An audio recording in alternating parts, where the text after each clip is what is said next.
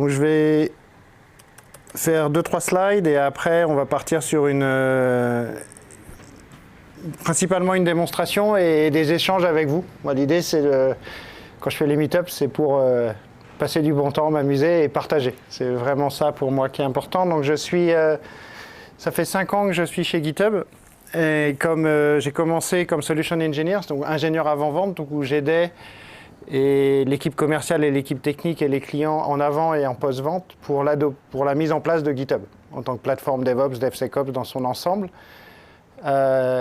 Principalement chez les très gros clients, donc les gens qui ont plus de 1000 développeurs. Mais j'aime bien rencontrer tout type de boîtes. Tout à l'heure, j'étais chez Between en face à discuter justement de leur adoption, de leur utilisation de Copilot et des choses comme ça. Mais j'ai commencé à utiliser... est-ce que vous savez quand est-ce que GitHub Copilot est sorti ? Est-ce que vous vous souvenez quand ChatGPT est sorti ? Novembre 2022. Et GitHub Copilot, c'est juin 2021. C'est-à-dire que GitHub Copilot est sorti avant ce qui a fait exploser la GenAI. Moi, j'utilise GitHub Copilot depuis septembre 2021, à l'époque où c'était simplement une complétion, et ça a énormément changé. Et depuis le début de l'année, je suis vraiment spécialisé, plutôt concentré sur la partie Copilot. C'est-à-dire, il y a une des grosses problématiques de l'IA générative, et là, je parle principalement pour les devs, mais on va voir, c'est sur toute la chaîne de développement. Ça va maintenant de l'écriture des specs jusqu'à la prod, jusqu'à l'exécution. Donc, dans tout ça, le principal défi, c'est l'adoption. Alors, pas l'adoption en termes, en tout cas pas pour Copilot, de vente de licences, etc. Je crois qu'on a 4,3 ou 4,7 millions d'utilisateurs Copilot. Mais c'est cette capacité à prendre en compte toutes les nouveautés. Alors pourquoi je vous parle de prendre en compte toutes les nouveautés ? On va regarder, et c'est vrai pour Copilot, et c'est vrai pour les concurrents de GitHub Copilot. Alors quand je dis Copilot, c'est toujours GitHub Copilot, d'accord ? C'est pas, des fois je vais oublier de dire GitHub Copilot. Donc GitHub Copilot, c'est le premier, et Microsoft a renommé ou a nommé toutes ses IA Copilot. Mais moi, pour l'instant, j'en connais qu'une, et c'est celle de GitHub.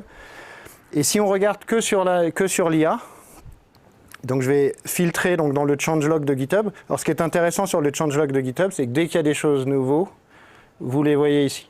Des choses nouvelles, pardon, vous voyez les choses ici. Alors ça, c'est pour tous les produits. Et si on regarde uniquement sur Copilot, on est le 13 février, le 15 février, le 12, vous voyez, aujourd'hui, hier, on a sorti un modèle picker sur la partie mobile, et il y a des fonctionnalités qui tombent tout le temps. C'est la même chose dans les IDE qui consomment Copilot, c'est la même chose dans la CLI qui consomme Copilot, ou qui s'appelle Copilot. Et c'est la même chose chez les concurrents.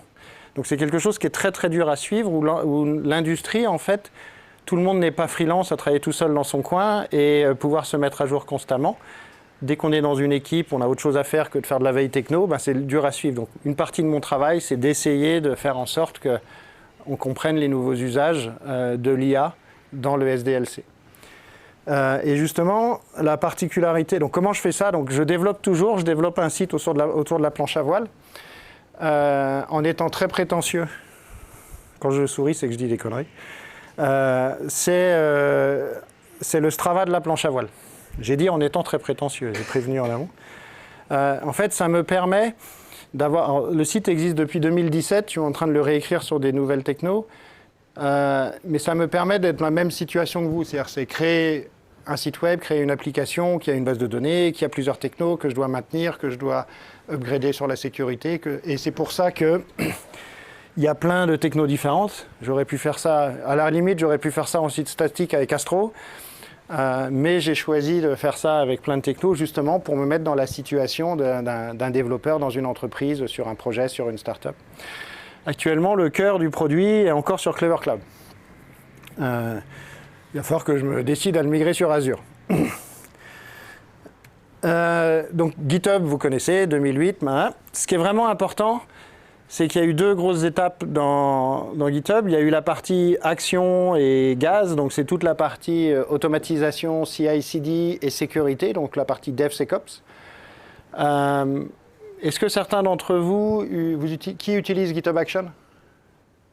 Qui utilise GitHub Advanced Security ? Qui a des projets open source ? Donc la prochaine fois que je viens, tous ceux qui ont des projets open source, vous utilisez GitHub Advanced Security. C'est gratuit. C'est 3 cases à cocher. Donc ça vous permet de vérifier vos secrets, de vous alerter quand les secrets, de scanner le code, de vous donner des alertes, de vous proposer des fixes. Gratuitement. Alors pourquoi j'ai dit pour ceux qui ont des repos publics ou open source? Parce que pour la version Enterprise, c'est payant. Mais c'est quelque chose qui est important parce que ça vous permet donc justement de scanner le code automatiquement. Et avec l'arrivée de 2021 et aujourd'hui, donc on continue de faire évoluer la plateforme. On passe vraiment sur un mode où on va écrire de moins en moins de code, voire plus de code. Après, ça va dépendre de la maturité de l'outil, où vous en êtes et quel est votre objectif. Moi, mon objectif, c'est d'essayer de mettre en prod des features. Et si quelqu'un peut coder pour moi, tant mieux. Et on va voir pourquoi je dis ça aujourd'hui. Et quand on travaille avec GitHub Copilot, on a 3 grosses façons d'interagir avec l'agent. Soit dans son IDE ou la ligne de commande. Dans les IDE, ça va être VS Code, IntelliJ, Eclipse, Xcode, Visual Studio. La meilleure expérience utilisateur, ça sera toujours VS Code. Parce que c'est là où, pour nous, c'est beaucoup plus facile de développer. C'est beaucoup plus facile pour une équipe de développement qui appartient à Microsoft de rajouter des choses dans VS Code que de rajouter des choses dans JetBrains. Donc on a toujours une petite différence. Donc on a toute une matrice de compatibilité. Moi, j'utilise principalement VS Code et la CLI pour coder. Mais quand je compile, quand je débug du Java, je suis dans IntelliJ. Donc je switch entre les IDE et la CLI. Parce que je ne sais pas coder en Java dans VS Code. Ni dans IntelliJ, mais bon, ça c'est une autre histoire. Il y a aussi une partie importante, quand vous êtes sur GitHub, quand vos source code est sur GitHub et que vous avez accès à Copilot, il y a plein de choses qui sont autorisées ou qui sont mises à disposition dans la plateforme, autour de l'IA. Et donc, c'est les différents agents qu'on va interagir, donc dans votre IDE et sur la ligne de commande. Et après, dans la plateforme, il y a 2 choses. Il y a le coding agent, c'est-à-dire qu'on délègue une tâche à GitHub, directement sur github.com. Il va prendre votre demande, qui peut être une issue, un Jira, un prompt que vous envoyez, un plan que vous envoyez. Il va créer une branche et il va travailler. Et quand il a terminé, il crée la pull request. Et quand il a terminé, il vous dit « J'ai terminé, est-ce que tu peux revoir le code ?» Et vous pouvez interagir après, soit vous continuez, vous faites la revue de code, soit vous testez en local, etc. Ou on continue d'interagir avec la pull request en disant « Hey Copilot, est-ce que tu peux me rajouter ci, est-ce que tu peux me rajouter ça ?» Et on a également la partie code review, qui est de demander à GitHub Copilot de faire la revue de code sur la pull request. L'idée est que c'est exactement comme un humain, c'est-à-dire que la façon dont comme les humains, comme nous lorsqu'on travaille, la personne qui va écrire ne va pas être la même que la personne qui va lire ou revoir. Quand on dit qu'il y a Copilot, Coding Agent, et on fait de la revue code avec le code review, c'est 2 yeux différents, 2 paires d'yeux différents. C'est pas la même approche, c'est pas le même chapeau, c'est pas le même agent, il y a une approche un peu différente. Et quand vous utilisez vos IA, quelles qu'elles soient, quand vous allez écrire du code et quand vous allez revoir du code, utilisez toujours soit des modèles différents, soit des custom agents différents. Il y a un prompt qui va être vraiment, vraiment différent, ou un système prompt qui va être différent pour lui dire « regarde le code de façon différente ». Moi, je vais vous montrer ça aujourd'hui.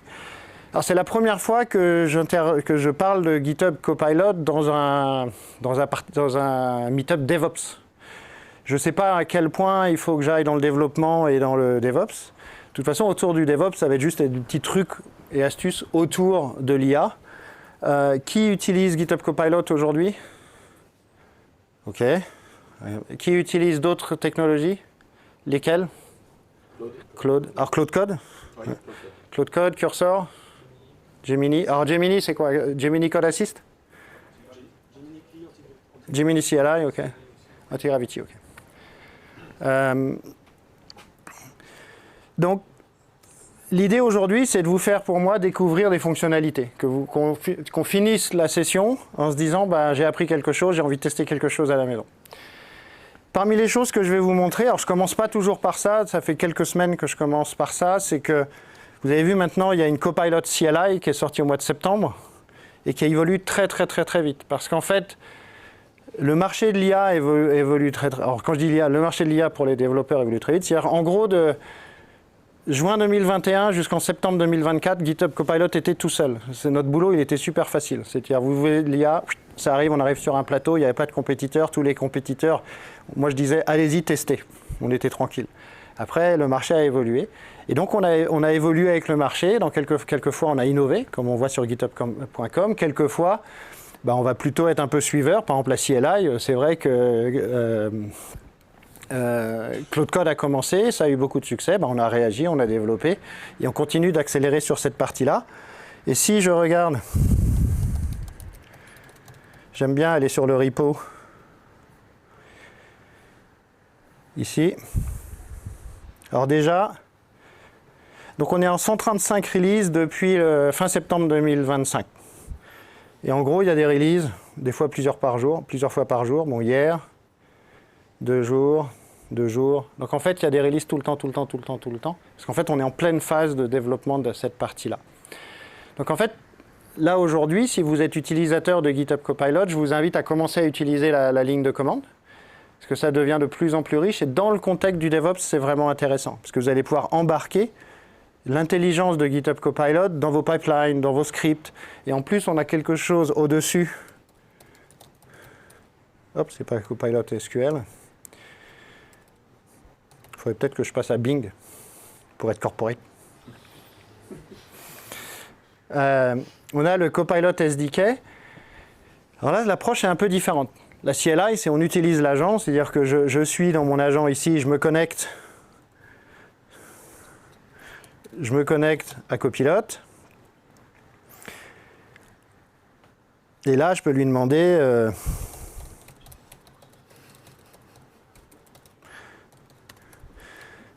et là, rien de spécial, on va décrire le projet, etc. Le Copilot SDK, en fait, c'est un orchestrateur au-dessus de ça.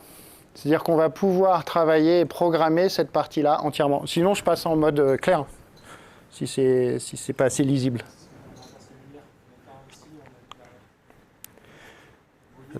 Attends, je vais passer en mode... hop. C'est vachement mieux comme ça. La captation, c'est bon. Ah, excuse-moi, j'avais oublié que tu étais là, toi. Sur la captation, pardon. Tu vois, donc j'ai posé la question, il m'a répondu. Donc là, en fait, on est vraiment dans le mode où on va interagir avec l'agent et on va avoir accès à plein de choses. Ce que j'ai fait sur un des projets, je me suis dit, je vais mettre dans la place... J'ai pas eu le temps de faire une démo complète sur un cycle de CI/CD complet où j'allais utiliser toutes les fonctionnalités du Copilot SDK, etc. Ce que j'ai fait, je me suis amusé à faire un petit projet.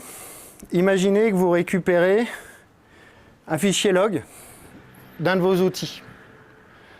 Là, c'est un fichier log qui a analysé, on parlait de Kubernetes, donc qui a fait une analyse de la sécurité, de la configuration de Kubernetes. C'est long, c'est fastidieux, vous voulez faire un résumé de cette partie-là. Donc, il suffit de demander à l'IA de le faire.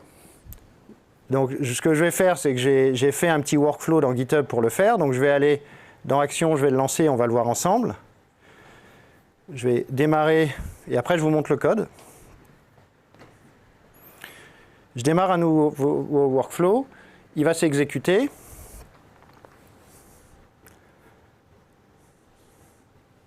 Alors, il va s'exécuter, voilà. Classique GitHub, il démarre un job, on a le contexte, et là je vous montre le fichier. Donc en fait, j'installe la dernière version de la ligne de commande, je passe mon path pour lancer, et je lui dis copilote, en utilisant un agent particulier, j'expliquerai ce que c'est que l'agent dans ce cas-là, analyse ce fichier. Comme je suis dans un contexte, entre guillemets, sécurisé, une sandbox, je suis dans ma VM qui est sur le runner, sur le cloud. Alors quand je dis c'est une VM, je ne sais pas si vous savez, mais quand vous êtes sur un cloud runner sur GitHub, c'est une VM. Mais c'est une VM qui vous est allouée le temps de l'exécution. C'est-à-dire que dès qu'on en descend une, dès que celle-là est occupée, hop, on en démarre une autre. Ce ne sont pas des conteneurs. Souvent, quand vous allez travailler en self-hosted, vous allez utiliser des conteneurs. Donc là, j'ai dit une VM, ce n'est pas très important. Mais on est dans son contexte, Donc je lui ai dit, tu peux faire tous les outils que tu veux, tu peux accéder au système. À la rigueur, il pourrait essayer d'effacer le disque. Et je veux le résultat dans le log.md. Ensuite, je prends le résultat de cette recherche et j'aimerais que tu me donnes cette partie-là. Ce que je vais faire, en fait, pendant que ça tourne ici, je prends la même chose et je vais le lancer dans mon projet en local. Là, j'ai fermé VS Code. Hop. Je vais faire exactement la même commande en local. Zut, j'ai fermé trop de choses.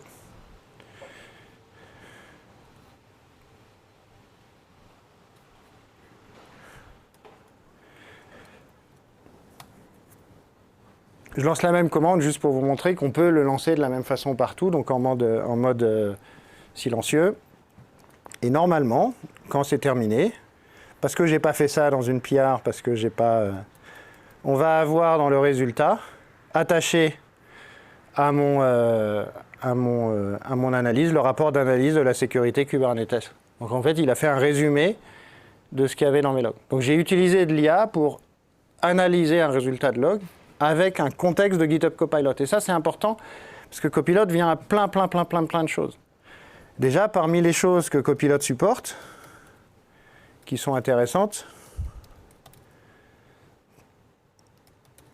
c'est que ça met à disposition de vos applications, de vos trucs, plein de modèles. Donc ça, c'est intéressant parce qu'on va pouvoir, si on veut analyser les logs d'une certaine façon, si on veut customiser, vous pouvez même plugger des modèles qui viennent custom, qui vont venir de votre AI Foundry, de votre AWS Bedrock ou autre, pour interagir. Alors pour l'instant, moi, je ne vois pas trop l'intérêt de faire des custom modèles. Les modèles sont devenus tellement puissants que ça va être assez riche. Donc moi, ce que j'ai fait ici, c'est j'ai intégré de l'IA dans une chaîne CI/CD pour analyser des logs. Mais vous pouvez imaginer pour écrire ce que vous voulez, pour tester ce que vous voulez, pour vraiment vous passer des prompts. Et en fait, ce que j'ai fait, si vous voyez ici, je lui ai dit, tu prends un mode Kubernetes Security Analyzer. C'est quoi ce truc-là? C'est ce qu'on appelle un custom agent. Si je vais ici, vous voyez, hop, j'ai Kubernetes Sec Analyzer. En fait, c'est un fichier que j'ai mis ici qui définit mon agent. Mais mon agent, non pas au sens où est-ce qu'il va s'exécuter, quel modèle il va utiliser, comment je lui passe des paramètres, mais mon agent en disant, voilà le persona que je veux que tu prennes. Tu es un expert de la sécurité, tu vas te concentrer sur la partie analyse de la sécurité, tu vas parser le scan, tu vas mettre des petites couleurs quand tu trouves des choses, je veux que tu organises ça par catégorie. En fait, vous définissez ce que vous voulez faire et la façon dont vous voulez le faire. Et après, l'IA va juste le faire comme vous voulez. Et il l'a fait ici, vous voyez, hop. Si je reprends, c'est l'équivalent de ce que j'ai ici. Et pour pouvoir bien travailler, il faut juste passer du temps à travailler sur tous ces fichiers de configuration, c'est-à-dire les agents custom, les instructions, les règles qu'on peut mettre en place, et de temps en temps les modèles. C'est-à-dire que si ici, je sais que pour cette analyse, je pense que le meilleur modèle, c'est je ne sais quoi, on va le choisir ensemble. Si je pense que pour cette analyse, le meilleur modèle, c'est... allez, on va prendre on le voit toujours là. Allez, le Opus 4.6, 1 million de contexte, 1 million de tokens dans le contexte, vous n'y avez pas encore accès. Je ne crois pas en tout cas. Ben, ça, en fait, maintenant, quand il va se lancer, il va prendre cette configuration. Et si je regarde d'ailleurs, si je le change ici, maintenant que je prends le Kubernetes Sec Analyzer, hop, il me force à 1 million de contextes. Et l'idée, tout le test en fait qu'on va avoir aujourd'hui quand on parle de l'IA pour les devs, pour le DevOps, pour l'infrastructure, pour les PM, pour ce que vous voulez, ça va être préparer du contexte, préparer la GitHub Copilot pour qu'il soit intelligent et spécialisé par rapport à votre métier.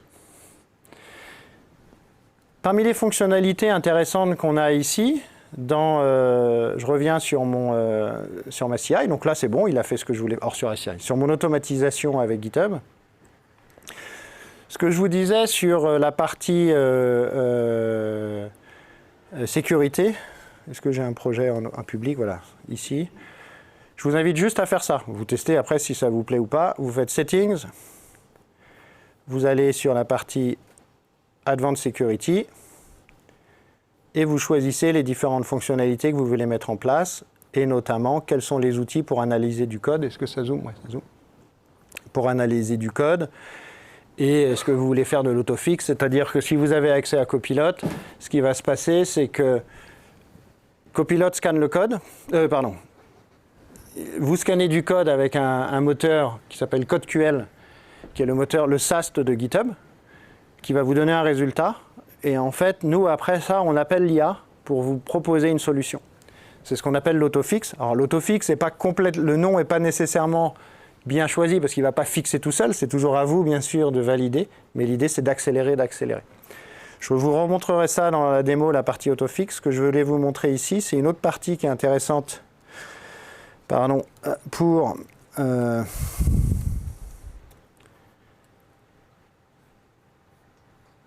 là, c'est que dans GitHub, quand vous avez des erreurs dans vos jobs, c'est pour ça que j'ai gardé celui-là, vous cliquez dessus et vous avez Explain Error avec Copilot. Donc en fait, vous allez commencer une conversation avec le log, le résultat de votre partie. Donc là, il me dit l'authentification n'a pas marché, ça peut être parce que le token, il est pas bon, il me donne une explication. Donc en fait, vous allez pouvoir commencer à travailler, à fixer les problèmes. Et ce petit chat de GitHub Copilot, si vous avez accès à Copilot, il est présent partout. Il va être présent quand vous ouvrez un fichier, il va être présent en haut. Oui, il est présent ici, là. Ça, vous ne l'avez peut-être pas encore beaucoup utilisé, mais c'est intéressant, c'est-à-dire on va aller sur Kubernetes. Alors je ne sais pas si je vais trouver un bon exemple, mais hop, on va aller dans Kubernetes.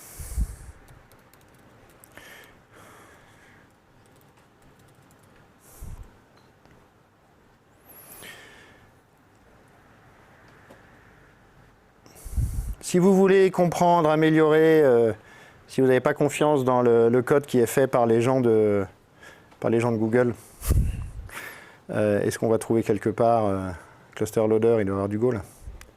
API, Go. N'importe où, vous pouvez demander à Copilot, explique, regarde. Donc là, en fait, il m'a mis dans mon contexte de conversation, il m'a mis le fichier et je peux lui demander de m'expliquer le code.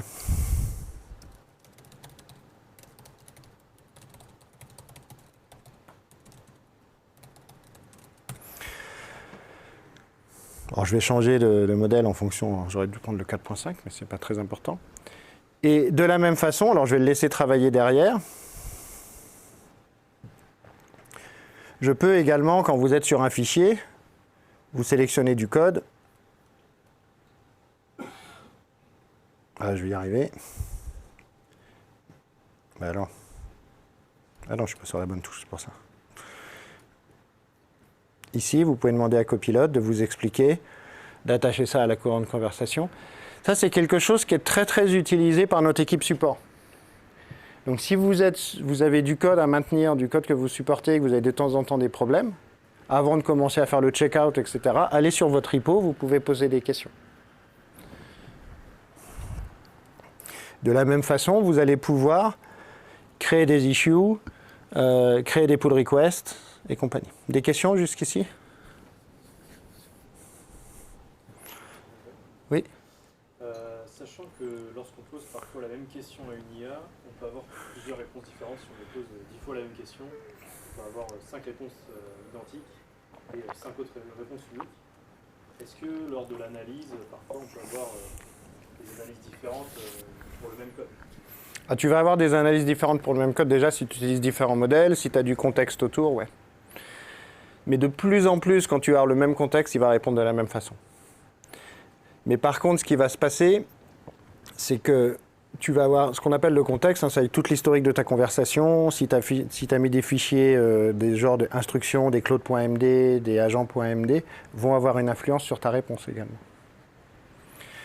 Mais c'est là où, en fait, pour moi, dans le code, il y a de moins en moins... Alors, quand tu prends des modèles récents, tu as de moins en moins d'hallucinations, de choses comme ça. Il faut juste toujours avoir l'œil critique quand tu poses des questions, effectivement.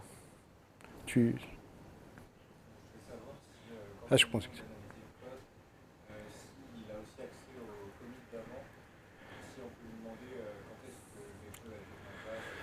Alors, oui, on a accès au commit d'avant. Par contre, je ne sais pas, j'ai jamais testé cette feature-là, si c'est possible ou pas. On pourrait essayer. Attends, on va essayer un truc.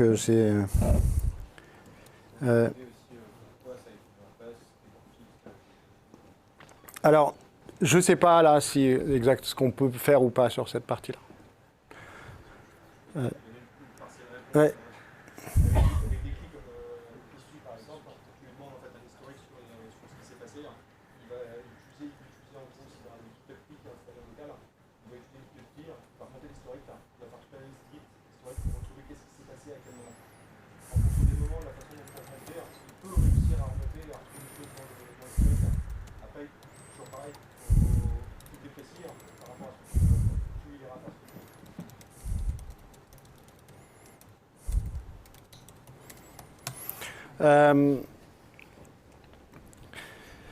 Donc moi, j'utilise pas beaucoup ce mode explication, etc., parce que j'ai tendance à bosser sur mes projets, à créer. Par contre, j'utilise beaucoup la partie conversationnelle de GitHub sur github.com quand j'ai une idée, quand j'ai envie d'implémenter quelque chose, bootstrapper un projet, ou m'aider à écrire des choses. Par exemple, alors historique de l'extension Go, on va regarder. Donc il m'a dit ça, ok, donc je sais pas, c'est pas très intéressant, j'ai pas besoin de l'IA pour ça. Cette fonction fait partie du fichier, le fichier. Donc il a fait une analyse, je sais pas, il faudrait tester sur un cas concret comment il peut trouver l'information qui t'intéresse. Par contre, ce qui est intéressant, c'est que si tu es sur une pull request, une issue, tout ça, il va te permettre de la résumer ou de t'aider à quelle pourrait être l'action. Et d'ailleurs, dans les choses que nos développeurs font chez GitHub, c'est-à-dire que si ici, on va prendre l'exemple du projet sur lequel... on va le faire après, sur la partie issue et compagnie. Sur cette partie-là, c'est pas une partie nécessairement que les gens utilisent beaucoup, mais...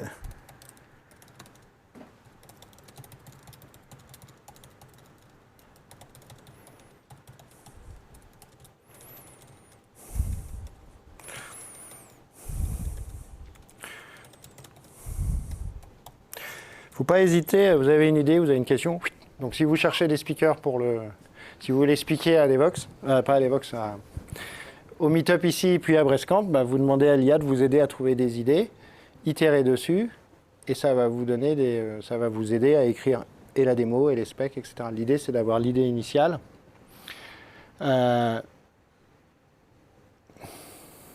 Donc il réfléchit pour moi, là. Ça, c'est bien. Et ce que je fais souvent, alors je vais vous expliquer par exemple un truc quand je vais voir des prospects, c'est-à-dire que quand je vais rencontrer une équipe de développement dans une entreprise sur un métier particulier, je vais souvent avant préparer 2-3 choses. Et dans les choses que je prépare, c'est que par exemple si je suis allé l'autre jour dans l'agroalimentaire, ce que j'ai fait en fait c'est que je me suis fait un prompt comme ça. Et je lui ai dit, j'aimerais créer une application qui est un peu comme Yuka, tu me crées un PRD, j'aimerais que tu récupères les données à cet endroit-là, que tu travailles. À la fin, ce que je veux, c'est un PRD, un document d'architecture. Quand je fais mes plannings, moi je fais toujours avec Opus. Et là, en fait, il va commencer à travailler, il va me poser toutes les questions. Ce qui est intéressant par rapport... aujourd'hui, à la vie que vous avez dans vos équipes, c'est que, contrairement avec votre product manager, il ne va jamais se lasser des questions que vous lui posez ou des réponses tant que ce n'est pas clair, vous pouvez continuer. Donc vous voyez, il va me dire comment ça marche au niveau des utilisations, qu'est-ce que je dois créer, etc. etc. Sur cette approche, on peut faire la même chose et à la fin, ce qui va se passer, c'est qu'il va créer un plan. Et je vais vous montrer le résultat, parce que ça prend du temps de tout faire, mais on a le PRD qu'il a écrit, c'est ça. C'est-à-dire qu'il m'a écrit un PRD en disant voilà l'application Yaka qui est l'équivalent de Yuka machin, je vais appeler l'utiliser OpenFuctFact, je veux travailler de cette façon-là, ça va être une cible grand public, c'est quand j'ai répondu aux questions. Je veux les critères d'acceptation donc, que je vais avoir, tous les tests unitaires, etc., la façon dont c'est créé pour les tests, les user stories, ok. Donc en passant très peu de temps, donc si il y a des PO ici, non, ou c'est que des faut montrer ça à vos PO en fait. Parce que ce qu'il faut réussir à travailler maintenant ensemble, c'est qu'on peut se retrouver dans une salle, brainstormer sur une idée, commencer à travailler comme ça. À la fin, vous vous retrouvez avec des documents qui sont relativement clairs, relativement complets, et vous avez qu'à faire quelque chose comme, je vais le faire ici.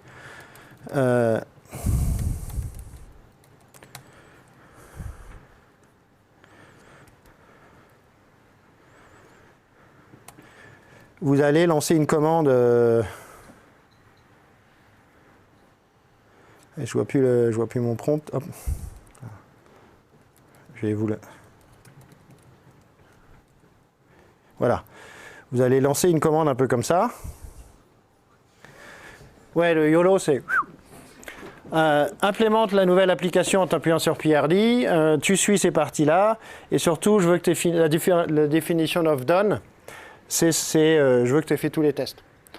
Alors, est arrivé avant-hier sur la CLI, le mode Ralph, ça vous dit quelque chose, le mode Ralph?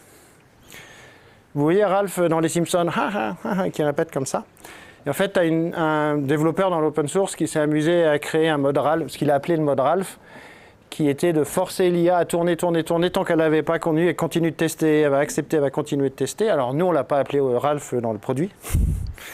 On a fait quelque chose qu'on a appelé autopilote. C'est-à-dire que si je retourne sur ma session précédente, sur la CLI, en fait, je suis parti d'un prompt très très simple. Est-ce que je vais le trouver? Ah bah si, je sais où je vais le trouver. Je vais le trouver dans la session. En fait, ce qui est intéressant avec les... Pourquoi j'utilise de plus en plus la CLI? D'une part, parce que je délègue de plus en plus de tâches. Je n'ai pas besoin de regarder ce qui se passe. Et il y a une petite fonctionnalité qui est sympa, c'est que je peux lui demander de sauver ma session. Et si je vous montre... Non, je vais sauver ma session. Voilà, hop. Et après... ouvrir ma session.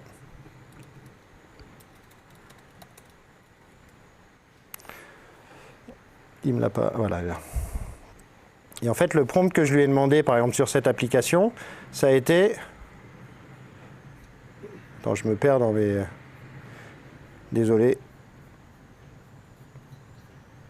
Voilà.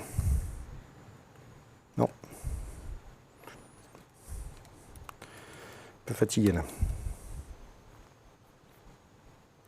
Est-ce que vous voyez le prompt quelque part? Je ne le vois pas, je ne le vois pas. Je ne comprends pas. C'était pas aussi détaillé. C'est bizarre. Donc je lui ai simplement demandé, crée-moi une application, pose-moi les questions. Après, je l'ai lancé en mode autopilote.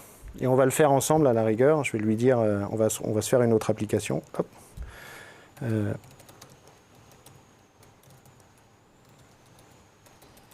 MK dire.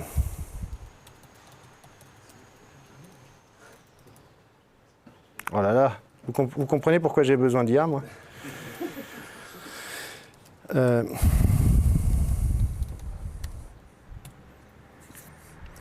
Donc là, ce que je vais faire, c'est que je vais prendre un modèle puissant, ok. Je vais passer en mode autopilote. Je veux toutes les permissions sur le... Ok.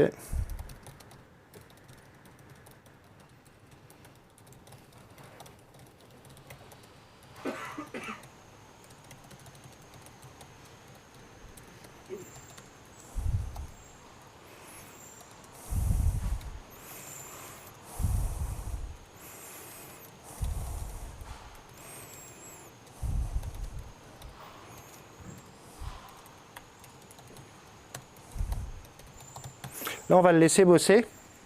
Il va travailler tout seul et il me dira quand il a fini. Et en fait, ce qui va se passer, c'est qu'il va d'abord analyser, essayer de comprendre ce qui se passe, comprendre ce qu'il y a dans le répertoire en cours. S'il y a déjà un répertoire existant, il va utiliser le prompt pour essayer de comprendre ce qu'il a à faire et il va se mettre à travailler. Comme je l'ai mis en autopilote, comme le nom l'indique, il va piloter tout seul. Et là, je vais partir sur quelque chose d'un peu différent. Je prends un projet existant, parce qu'en fait, souvent, comme je vous l'ai montré là, on part sur des projets où je fais du nouveau. Je vais partir sur Pet Clinic. Comme je suis un développeur Java, je pars là-dessus. Je vais ouvrir une nouvelle fenêtre. CD, download, Ren. OK. Je clone Pet Clinic. Et si vous avez un projet, est-ce que pour les gens qui a des fichiers instructions dans ces projets sur Copilot ou sur Claude voilà. Ça c'est vraiment important qu'on ait tous la main levée quand on dit ça. Il faut que tous qu'on ait des fichiers d'instructions, des prompts, des custom agents. Parce qu'en fait, c'est ce qui va permettre de garantir par rapport à la question qu'on s'est posée. Autant quand tu poses une question, c'est pas grave, s'il y répond un peu différent, tu vas pas implémenter. Mais par contre, quand tu veux faire quelque chose, tu veux qu'il code comme toi, ou comme tu le veux en tout cas. Et l'idée, en fait, c'est ça. Donc en fait, quand je vais travailler avec Copilot, là, je vais être dans VS Code. Je pourrais faire exactement la même chose dans la ligne de commande. La première chose que je fais, c'est ça. Je fais init. En fait, le projet Pet Clinic n'a pas de contexte Copilot. Donc je lui dis, je ne vais peut-être pas dépenser 1 million de tokens, ou utiliser les 1 million de tokens. Et là, je lui dis, travaille et inspecte-moi mon projet et fais-moi l'initialisation côté IA. En fait, le prompt, il va ressembler à ça. C'est que si on regarde, j'ai cliqué dessus pour qu'il me montre ce que c'est. Ce fichier, il vient de la configuration VS Code. Et en fait, c'est la customisation des agents. Je veux que tu crées un fichier par défaut Copilot instruction ou à la rigueur agent MD s'il est présent. Donc ça, c'est le standard en cours de définition. Le standard existe, mais ce n'est pas encore adopté de la même façon par tous les agents partout. Je veux que tu découvres tout ce qui existe. Donc si tu utilises d'autres outils, je veux que tu t'en serves. Tu vas utiliser des sub-agents. On voit qu'ici, en fait, ils travaillent en parallèle sur plusieurs choses. En parallèle, il va déléguer, alors c'est pas vraiment parallèle, là il ne travaille pas en parallèle. Il va surtout prendre un sous-ensemble de contexte, il va dire là ce que je veux c'est que tu analyses la partie sur la codebase pour comprendre ce qui se passe. Et après il va faire d'autres choses pour à la fin me générer un fichier de configuration qui sera bon, qui correspond à ça. Donc je vais avoir mes guidelines.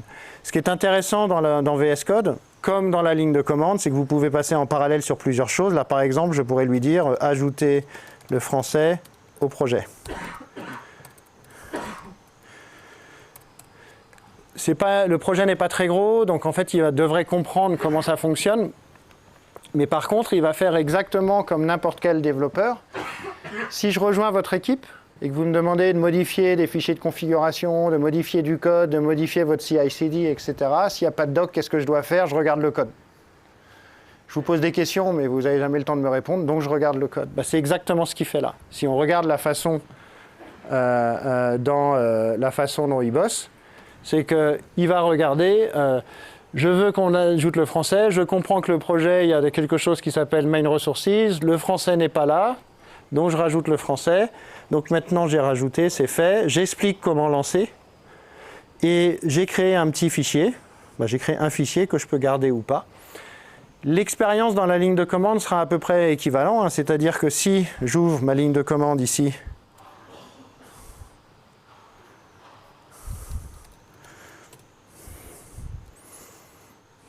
alors maintenant qu'il y a le fichier instruction, il n'a pas encore fait le fichier instruction.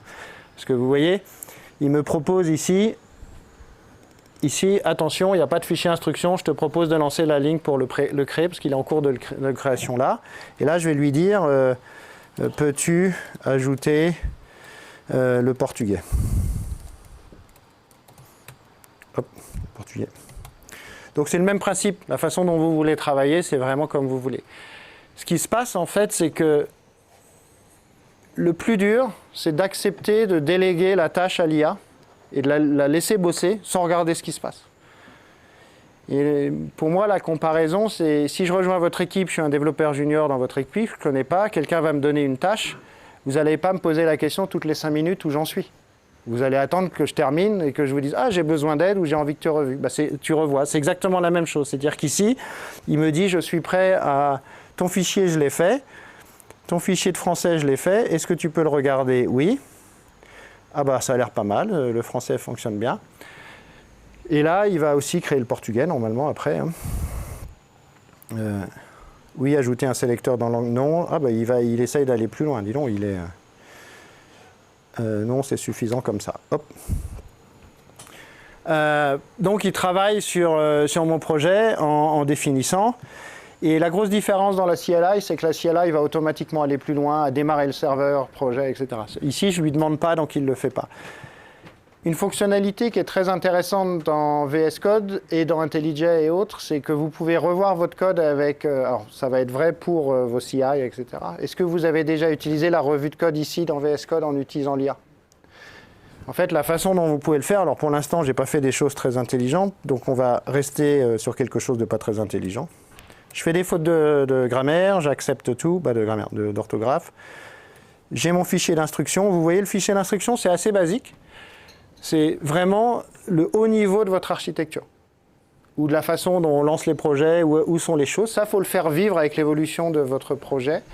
Là, c'est assez basique. La façon dont je travaille, moi, sur mes projets, je vous le montre sur mon projet réel. Il est où? Hop, hop, hop. Je cherche front. Bon. Est-ce que vous voyez front? J'aurais dû en fermer un peu,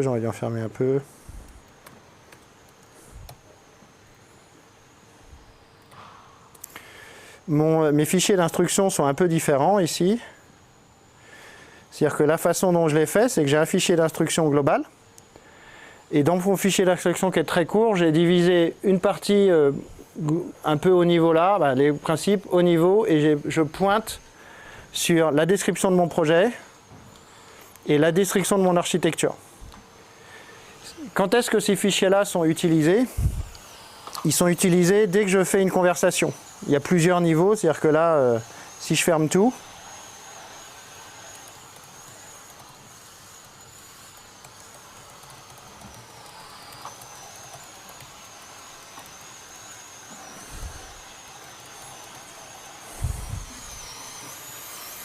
là, je vais prendre un modèle plus simple, parce que je n'ai pas besoin de beaucoup de ressources. Je démarre un nouveau chat pour… Ah, vas-y. Langue supportée. En fait, tous ces fichiers d'instruction vont avoir une importance, sont très très importants, parce que… Je peux fermer hein ça, sont très importantes parce que systématiquement, ça va être rajouté dans le contexte. Et le truc le plus important aujourd'hui, alors les modèles sont tous relativement riches, relativement forts, par contre, ne savent pas comment vous bossez, donc il faut leur dire. Je bosse, mes instructions sont ici, donc il a compris et automatiquement il va avoir loadé tous les fichiers qui l'intéressent. Donc j'ai mon Winterfront qui est une application Next.js. Comme tu vas parler du code, j'ai des fichiers génériques autour de la sécurité, de l'accessibilité et des tests. Pourquoi il prend cela? Simplement parce que dans le chemin, je leur ai dit, dans la définition de mes fichiers, je veux que ces fichiers s'appliquent tout le temps. Tout ce qui touche à l'accessibilité, je veux que tu le prennes en compte, systématiquement. Je parlerai de la customisation dans une seconde autour de ça. Je vais revenir sur la partie pet clinique. Si je la retrouve, voilà. Donc là, normalement, maintenant, on va avoir plusieurs fichiers qui sont créés. Ce que je veux, c'est lancer de la revue de code. C'est là, normalement, où j'ai fait des fautes de frappe, hein, si je me souviens bien. La façon dont vous pouvez faire de la revue de code, il y a plusieurs façons. Soit ici, je peux faire review et lui dire « fais-moi de la revue dans le terminal ». Si vous êtes adepte de votre IDE, ce que vous pouvez faire, vous allez ici dans le change et vous cliquez sur le bouton ici qui est revue avant le commit. Je vous invite à tout le temps le faire. Ça consomme une requête à GitHub. Tous les mois, vous avez 300 requêtes, ce qu'on appelle les requêtes premium. Vous pouvez aller au-dessus, mais il faut payer. Là, 300 requêtes premium, là ça en prend une, mais l'avantage en fait, c'est que ça va faire une analyse vraiment comme si c'était la revue de code dans la pull request, mais en amont. Et c'est d'autant plus important si vous avez utilisé l'agent, vous avez commencé à modifier plein de petites choses. Là, si tout se passe bien, il devrait me dire, attention, j'ai une typo. En parallèle de ça, ce que je vais faire, voilà. Vous voyez, il a trouvé animaux, il y a une faute de frappe, ok, j'accepte. Apply and go next. Accueil, il y a une faute de frappe, apply and go next. Nouveau, il y a un blanc, apply and go next. Ce qui est vraiment chouette avec ça, c'est que vous allez très vite sur tous les petits problèmes de nommage, et vous pouvez, dans les fichiers instructions, dire comment vous voulez revoir. Parce que ce qui va se passer avec, quand vous bossez avec les agents, c'est que vous allez générer beaucoup plus de code qu'avant. Donc la revue va être plus longue. Donc il faut essayer de simplifier cette partie-là.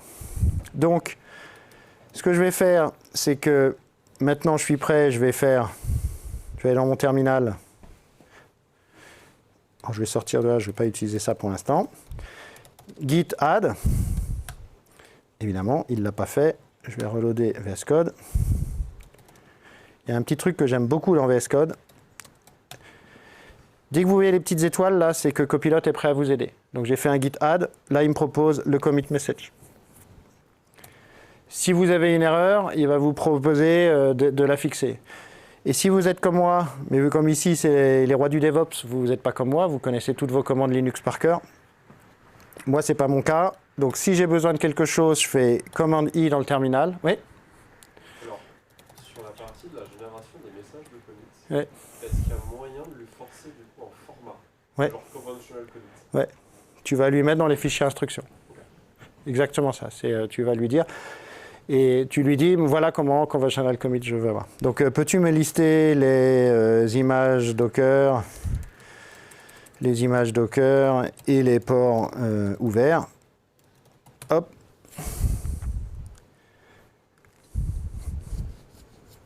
Non, c'est bon, pourtant j'ai pris... Qu'est-ce qu'il fout là?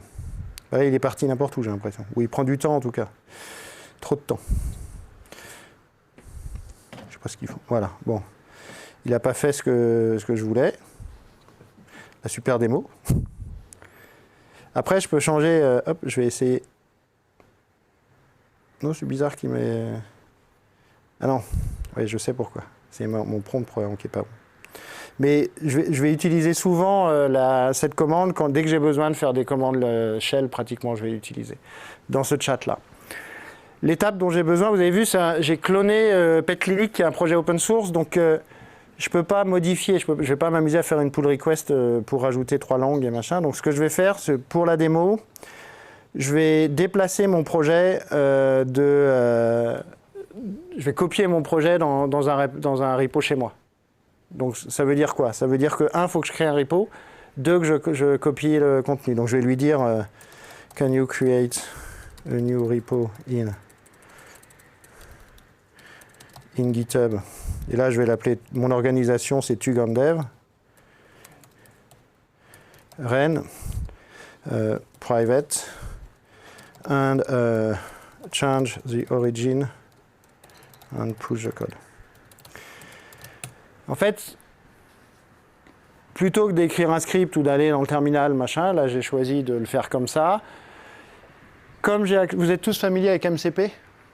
Donc moi, j'utilise le serveur MCP, donc l'outil qui me permet de me connecter à des outils. Si je n'avais pas eu le MCP, il aurait lancé la ligne de commande GitHub, cette ligne de commande là qui est, j'aurais pu faire un gh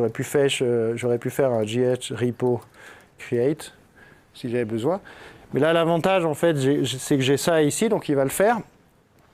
Normalement, vous vérifiez bien, vous envoyez. Donc il va me créer le repo dans mon organisation.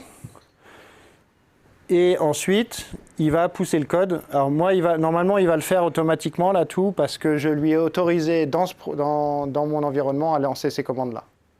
Sinon, il va me demander, est-ce que tu es d'accord? Bah si, voilà. Et pour la partie push, il le fait. Il a changé l'origine, mais il n'a pas lancé le push parce que ça change le serveur. Là, c'est fait. J'ai modifié mon application.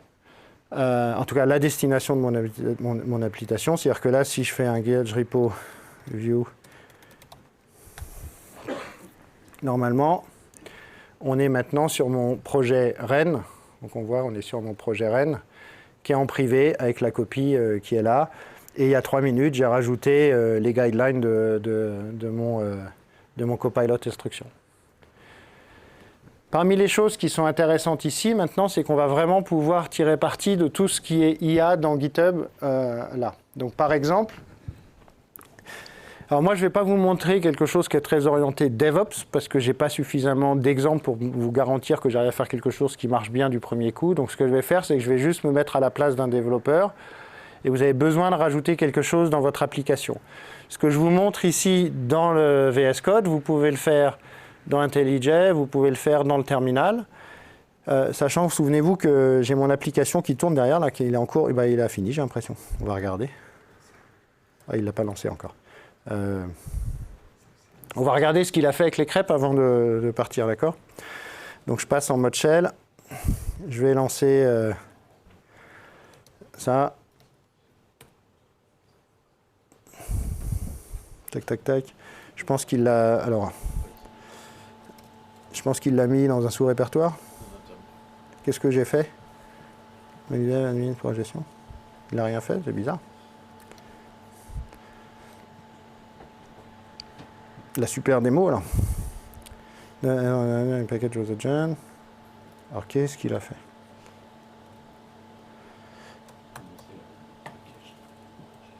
Hop. Je vais ouvrir. Je voulais essayer de le faire.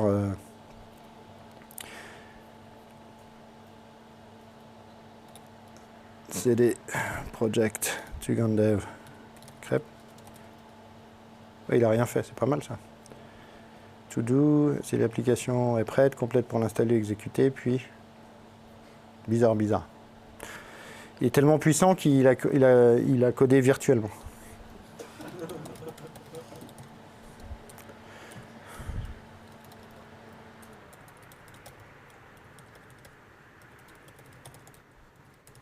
Alors, il y a un truc qui est pas mal là, j'espère qu'il va me répondre, c'est que le plan qu'il a exécuté, il l'a mis de côté. Si je fais CTRL Y, hop, il m'ouvre le plan qu'il est censé exécuter. Donc si j'ai besoin de le corriger, il m'a écrit un plan par rapport au prompt que je lui ai demandé, mais il ne m'a rien fait de particulier, donc on va voir si là il a... Je vais voir, hop, il est parti. Donc je vais continuer mon application web dans ce cas-là. Je pars sur VS Code. Et le truc qui est très très très important quand vous codez avec l'IA, vous faites des plans. Commencez toujours par essayer de définir un plan. Le plan, ça peut être le PRD avec plus de détails. Donc là, je vais démarrer une nouvelle conversation. Chaque fois que je démarre une nouvelle conversation, c'est pour remettre à zéro le contexte. Pour éviter qu'il y ait un historique qui soit mélangé. J'ai parlé de français, de portugais, de Docker, de machin. Non, ce que je veux maintenant, c'est démarrer quelque chose de nouveau. Ici, je vais passer en mode plan. Et dans le mode plan, je vais commencer à lui demander ce que je veux. Je vais lui dire, alors moi, quand je fais du plan, je passe toujours sur, actuellement, je passe sur Opus. Et je vais lui dire,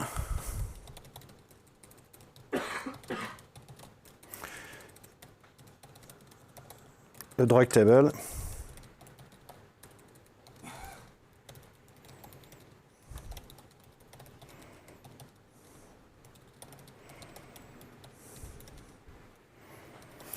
Et en fait, comme on est en mode plan, là, vous n'avez pas besoin d'écrire un roman. Alors, sauf si vous avez déjà quelque chose, vous avez déjà une idée, vous prenez votre spec ou vous vous connectez à votre Jira ou vous vous connectez en MCP à votre outil, vous récupérez.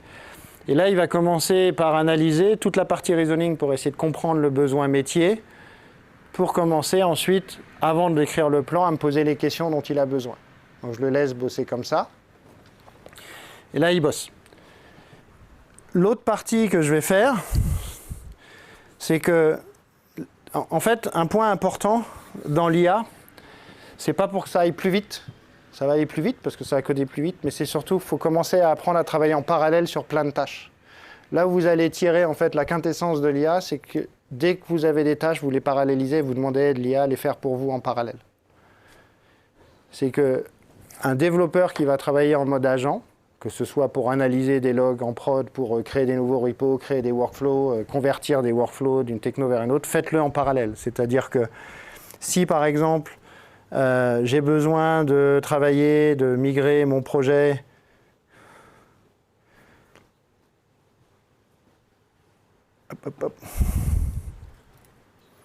si je suis actuellement en train de passer de Jenkins vers GitHub et que je veux réécrire des GitHub Actions, je vais démarrer une nouvelle conversation. Alors là, je ne vais pas faire d'agent spécifique et je vais lui dire, peux-tu me convertir le Jenkins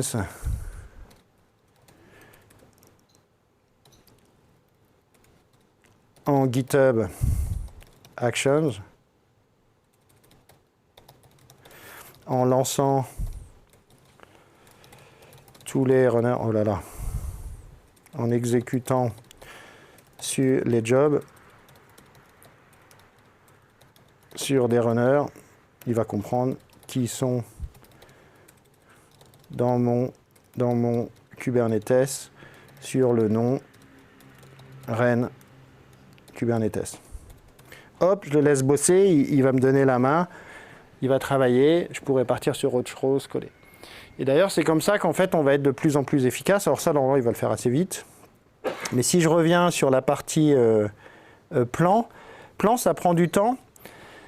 Parce qu'en fait, il prépare énormément de choses dans sa recherche. Et parmi les choses qu'il recherche, c'est qu'il va préparer, comme si c'était un développeur, vérifier ce qu'il y a déjà dans le projet. Avant de me dire, je veux faire une table de rug, j'aimerais bien récupérer. Là, il commence à me faire des propositions, il va me poser des questions après. Et une fois que j'aurai le plan déclaré, je vais lui dire de travailler sur l'exécution de ce plan. Voilà, donc là, il me pose les questions. Et quand je vous disais qu'on va pouvoir travailler avec l'IA et commencer à être plus précis, soit nous les ingés, soit les développeurs, soit les ingés tout seuls, soit le PO ou avec les PO, il me propose standalone drugs, ok. Est-ce que je veux un drug avec les catégories? Donc standalone, donc ça me va. Et je vais lui dire standalone avec standalone with name, descriptions and price between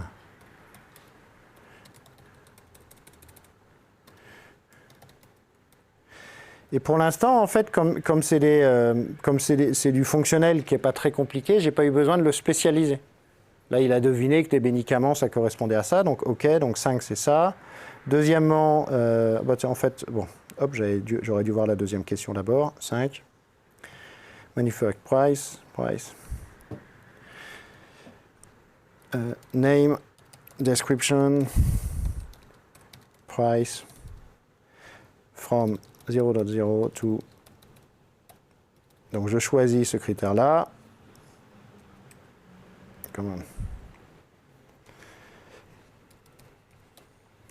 Suivant. Simple page list search. OK, done. Donc là, j'ai le plan. Une fois qu'il a terminé le plan, c'est là où vous allez pouvoir tirer de la puissance des agents qui travaillent en parallèle aussi, soit sur des branches différentes, soit des contextes différents. Le plan est là. Je le vérifie. Cette partie-là va être importante à lire, d'accord? Parce que c'est ce qui va vous permettre, plus vous allez passer du temps dessus, à lui dire, vas-y, bosse.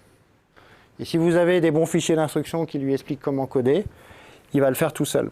Ça va être la même chose si vous faites du Terraform. Je reviendrai sur du Terraform juste après, pour vous montrer la spécialité. Disons, là, il est lent, là. Voilà. Donc, il m'expose tout ce qu'il va faire dans le plan, les API qu'il va exposer, ce qu'il va faire, et dans la magie, enfin, pas dans la magie, mais dans ce qui se passe, c'est que vous voyez à la fin, il me dit qu'est-ce que tu veux faire? Est-ce que tu veux implémenter? Est-ce que tu veux l'ouvrir dans l'éditeur? Ouvrir l'éditeur, il va transformer ça en un fichier Markdown qui devient un prompt que je peux réutiliser si j'ai envie. Dans mon cas, je vais lui dire, ce que j'aimerais bien, c'est que tu l'implémentes. Et vous voyez ici, j'ai deux options pour l'implémenter. Soit je clique dessus, ça l'implémente localement, sur la branche locale. Soit je clique dans le background, ça va créer un Git worktree, c'est-à-dire que ça va copier la branche locale localement dans un répertoire et ça va bosser tout seul. Comme ça, en fait, je peux continuer de travailler sur ce que je fais et à la fin, je vais pouvoir comparer et apprendre les changes. Ou alors, aller sur le cloud. Comme je vais vous montrer GitHub, je vais partir sur le cloud. Mais par contre, ce que je vais faire, c'est que je vais rajouter un petit quelque chose, agent, start the implementation and add screenshot in the PR. Donc je lui dis, vas-y, je veux que tu bosses sur le cloud. Hop, mais ce que je veux, c'est que au moment où tu vas créer la pull request, quand tu auras terminé, j'aimerais que tu montres les écrans, faire des screenshots des écrans que tu vas faire. Et là, je vais déléguer entièrement la tâche à l'agent sur le cloud. Alors, hop, est-ce que tu es d'accord? Oui, je suis d'accord. J'espère que mon fabricant de crêpes, il avance un peu, mais... Et sinon, je peux faire la même chose ici, vous voyez. Je peux, désolé pour quand ça rafraîchit là dans les petits écrans, là je lui dis pareil, delegate, je pourrais lui dire vas-y, va sur le cloud. Donc je vais aller sur mon projet, j'ai l'impression qu'on ne mangera pas de crêpes ce soir. Là, si vous regardez tout ce qui se passe, j'ai un historique de tous les agents qui se sont, toutes les sessions que j'ai eues. Est-ce que je crée, alors on envoie, attends, voilà. Donc add Portuguese, vous vous souvenez, je l'ai fait dans la CLI. Donc il a créé dans son environnement sur SLA. Instruction, je l'ai créé localement dans VS Code. Ajouter le français, je l'ai fait localement dans VS Code. Proposing le planning, mais par contre ça tourne sur le cloud. Et j'ai même la possibilité, si selon la façon dont vous êtes connecté, d'utiliser OpenAI Codex ou Claude Code dans Copilot si vous avez besoin. Et là, en fait, il est en train de créer la pull request. Et je vais vous expliquer comment nous, on l'utilise chez GitHub. Alors, comment les ingénieurs de GitHub, parce que moi, c'est pas mon boulot. Hein, Donc là, il a créé la pull request. Le prompt, vous voyez, il m'a dit, il vient de VS Code. Donc, il a récupéré tout mon plan qui a été fait ici. Et il commence à travailler. Quand il commence à travailler, si vous avez envie de voir, hop, d'ailleurs, il n'a pas encore commencé. Est-ce que vous voyez la session? Non, la session n'a pas encore commencé. Ça va, il est en train de la préparer. Vous pouvez lire tout ce qui se passe. Vous pouvez voir tout ce qui se passe au niveau des agents dans VS Code. Vous pouvez voir tout ce qui se passe au niveau des agents sur votre repo. Vous pouvez lancer une nouvelle tâche. C'est-à-dire qu'ici, je peux lui dire...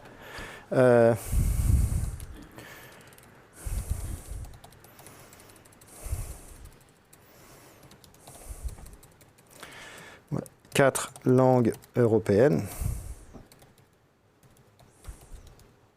Je vais le laisser choisir. Je peux choisir le modèle si je veux un modèle d'implémentation particulier.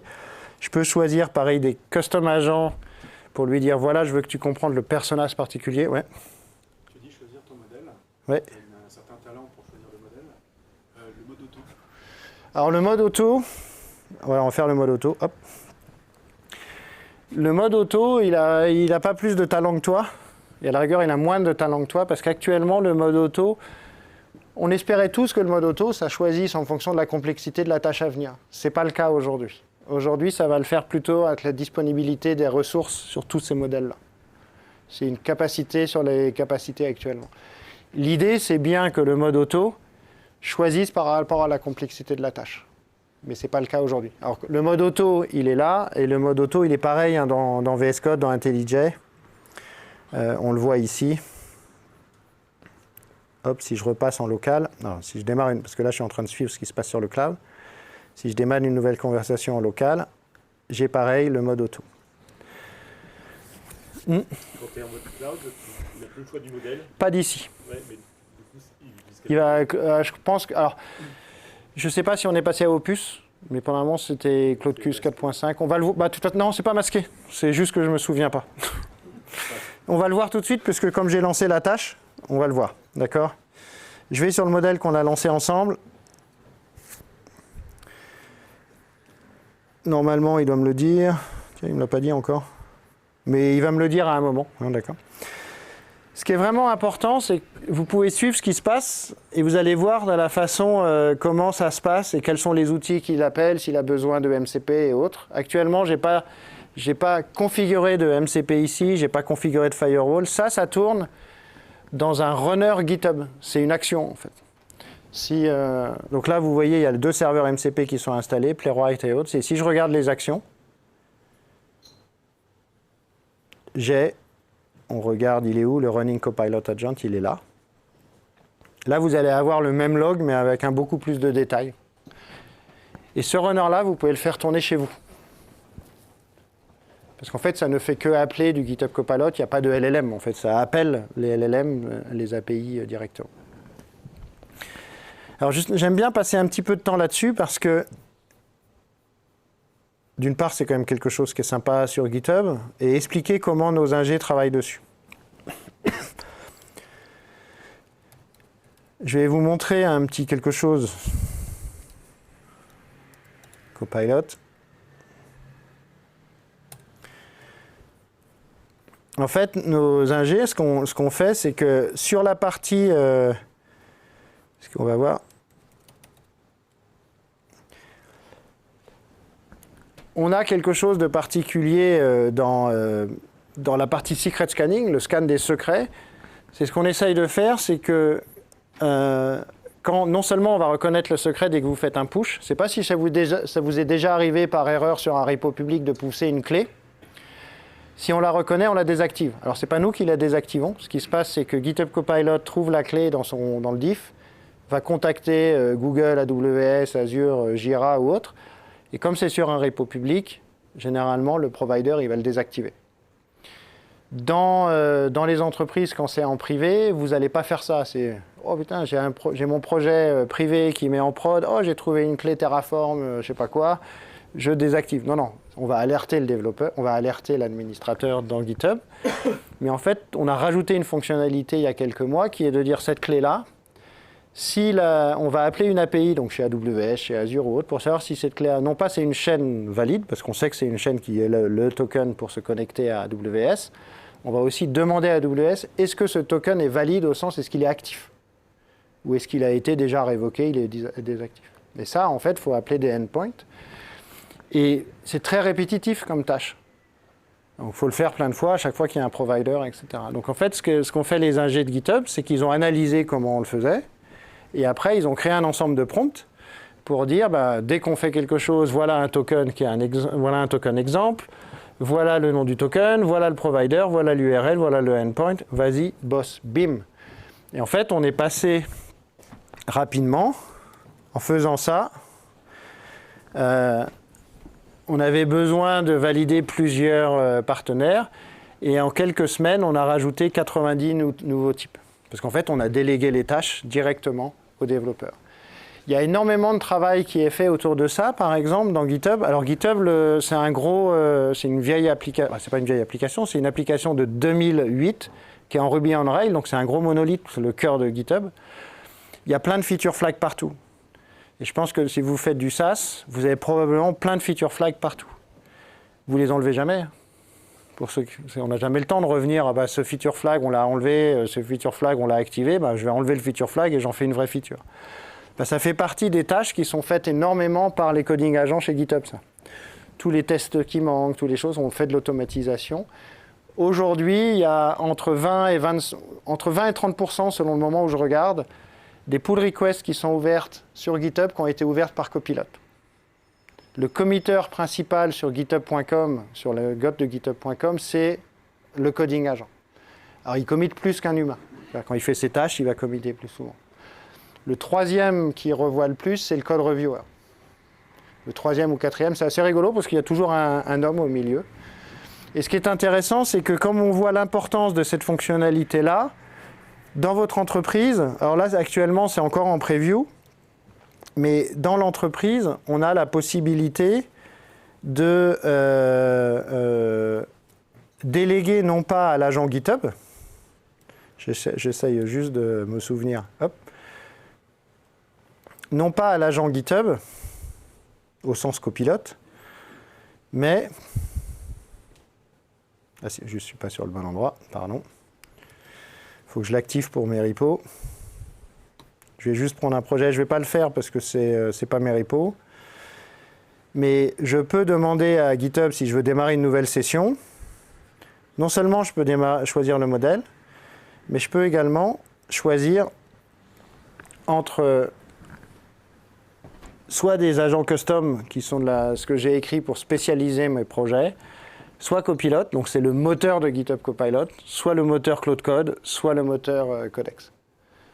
Parce que si vous avez déjà travaillé énormément sur de la customisation pour du code autour de Claude Code, vous allez pouvoir l'utiliser pour déléguer directement sur la pull request au lieu de le déléguer au moteur Copilot. Donc la branche sera créée de la même façon, il va travailler, il va préparer tout le travail sur le cloud sans que vous ayez de dépendance sur votre machine. On a jusqu'à quelle heure, juste pour être certain de... Je vois. Non, moi, il faut m'arrêter. Donc, il est en train de bosser, hein, toujours sur ma page. Si je retourne sur cette partie-là, ce que j'aimerais, c'est au moins avoir... voilà. Alors, ce que moi, j'adore sur le coding agent, c'est qu'en fait, on a tous peur que les IA développent moins bien que nous. Elles développent mieux que nous. Moi, j'en suis persuadé. À condition qu'on leur dise comment développer, d'accord ? Là, c'est un projet qui est petit, donc en fait, le contexte, il arrive à deviner ce qu'il veut faire. Et pourquoi je dis qu'il développe mieux que nous ? Déjà, il a des meilleures pratiques, puisqu'en fait, au fur et à mesure où il travaille sur la tâche, il va mettre à jour la pull request en disant, ben voilà, il va mettre à jour son plan. Il a trouvé qu'il fallait pour toutes ces tables, il va rajouter des bases, et au fur et à mesure où il va le faire, il va cliquer. Et quand il travaille, il va, à la fin, lancer les tests, passer les tests de sécurité, les linters, etc., automatiquement. Alors, comme je ne suis pas certain qu'on va aller jusqu'au bout, alors s'il y a le temps, on ira jusqu'au bout, je vous le montrerai. Je l'ai déjà fait, cette démonstration. Et après, je vais vous le montrer comment moi je l'ai utilisé sur mon projet. Qu'est-ce que je veux dire ? Tugandev. Pet clinique. J'ai fait la même chose. Ah non. Ah, c'est Spring. Ça doit être. J'espère que je ne l'ai pas effacé. Hop. Pet clinique.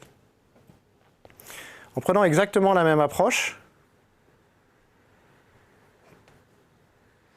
Donc, il m'a mis à jour. Donc, si on regarde l'historique de la pull request, au fur et à mesure où il travaillait sur la pull request, il a mis à jour. Donc, moi, je regarde plutôt ça que le code. Parce que de toute façon, il est en train d'écrire le code, réécrire. S'il s'est trompé, il réécrit. Il va passer son temps à modifier les fichiers. Et à la fin, moi, là, ce qu'il m'a fait, c'est que je lui avais demandé de faire des screenshots. Donc, il m'a fait les screenshots de la base de données et de l'écran drugs. Là, ce que je pourrais faire, selon la façon dont je veux tester, à la rigueur, je pourrais aller... Vous connaissez CodeSpaces ?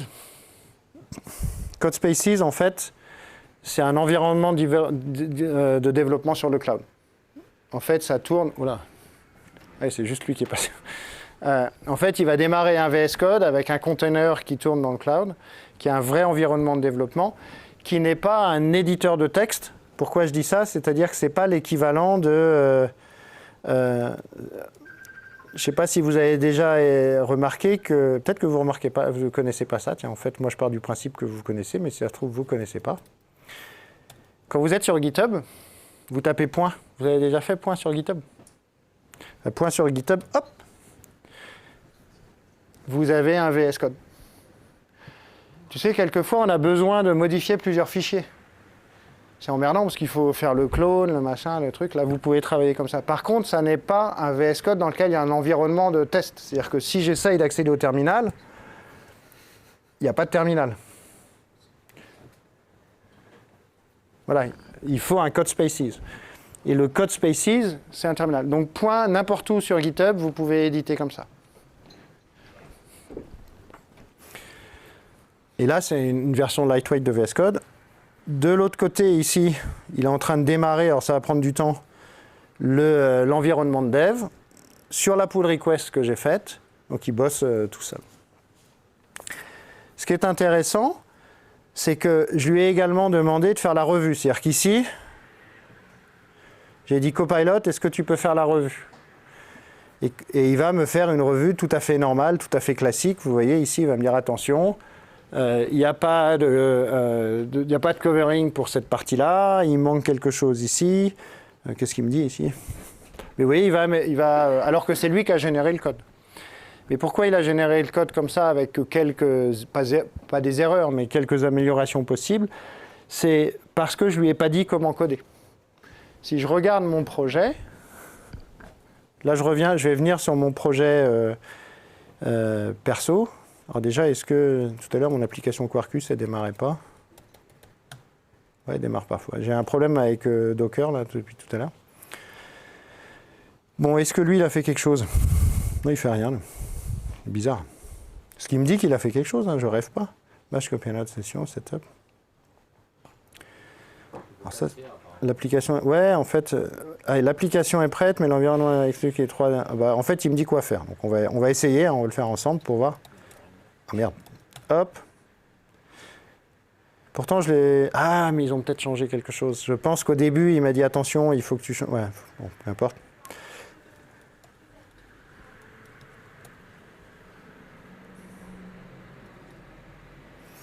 Bon, on s'en fout des tests.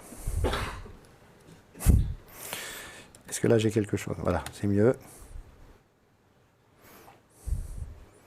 En fait, ce qui est assez perturbant actuellement avec la CLI, ça change tout le temps.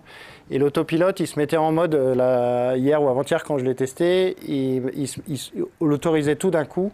Et là, il me le fait en deux étapes. Et je pense que je n'ai pas suivi la deuxième. Il m'a juste dit, il a dû me dire, mets en place les autres tools, et je n'ai pas dû lire quand je l'ai fait.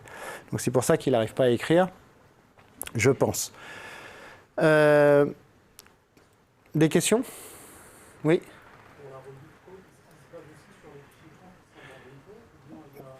Non, actuellement, il se base sur des fichiers qui sont dans le repo. Et il y a un petit blog post, code review, GitHub, Copilot, code review. Et tu tapes instructions pour t'en souvenir. Et après, je vais vous donner un truc super important pour les instructions et tout ça. Tu as Unlocking the Full Power. Ce blog post, il est intéressant. Il t'explique comment configurer Copilot pour qu'il se mette à faire... c'est les instructions qu'il va suivre. Là, c'est juste pour donner quelques exemples et après, tu les appliques. Il ne faut pas hésiter déjà à utiliser l'IA pour écrire les instructions. Mais une autre partie, c'est que vous avez un repo qui est important qui s'appelle Awesome Copilot. Awesome Copilot, c'est un projet open source, c'est un repo open source dans lequel vous avez des agents, des prompts, des instructions, des hooks. Alors des hooks, j'en ai pas encore utilisé, des skills. Et tiens, ça c'est nouveau ça. Un cookbook, il faudrait que je regarde. Ça c'est nouveau, je pense. Et en fait, par exemple, tout à l'heure, quand je vous ai montré les instructions pour l'internationalisation, ce que j'ai fait, c'est que je suis allé dans Awesome Instructions. J'ai regardé celle qui m'intéressait et je lui ai dit, vas-y, tu l'intègres dans mon projet. C'est-à-dire que j'ai pris ça, je l'ai intégré dans mon projet. Actuellement, on ne peut centraliser que ce qu'on appelle les custom agents. Les custom agents, j'en ai fait un autour de la qualité dans mes projets, moi. Ici, dans Winterfront. Donc ça, c'est mon application Next.js, qui marche pas là. Bah, qui marche, mais qui, à mon avis, comme mon Docker ne démarre pas, je ne sais pas pourquoi. Je vais regarder s'il a un npm run dev et j'ai peut-être... Je vais juste regarder s'il ne me reste pas... Ah bah si, celui-là il va démarrer, ça devrait être bon.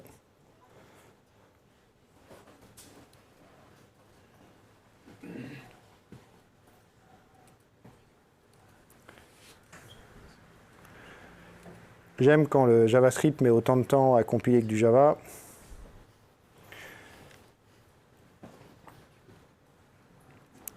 Il doit pas être encore... Hop. Ah bah tiens, c'est un exemple, c'est un moment où c'est intéressant de pouvoir vous montrer. Donc là, il n'arrive pas à se connecter. Ce que je vais lui dire, hop, plus. Je prends par exemple l'erreur ici. Clic droit. Add to terminal selection to the chat.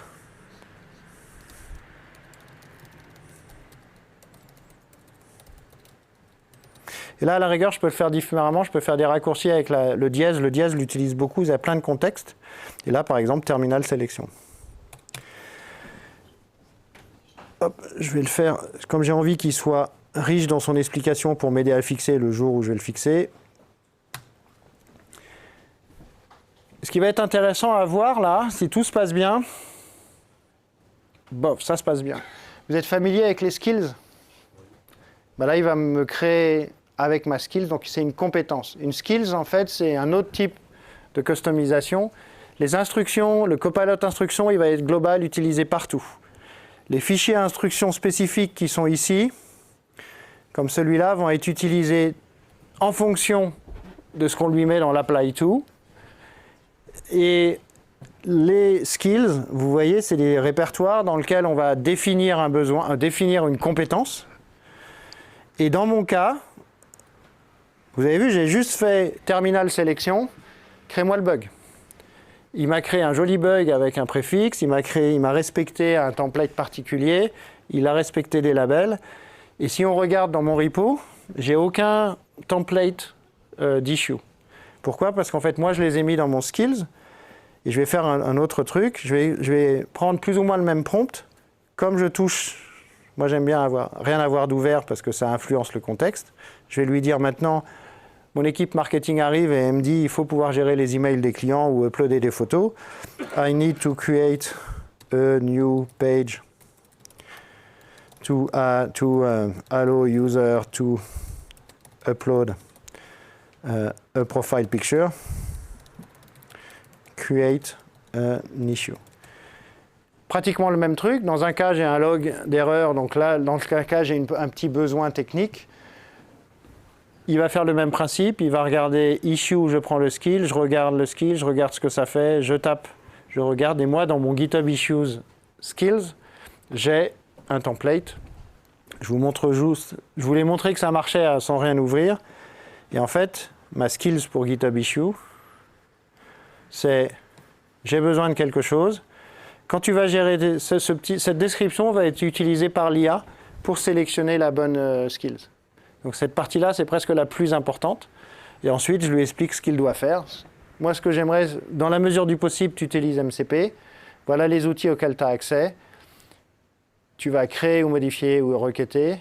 Tu vas récupérer le repo. Tu vas t'inspirer de ce qu'il y a dans mes templates. Et si on regarde mes templates, il y a le bug report. Il y a le feature request.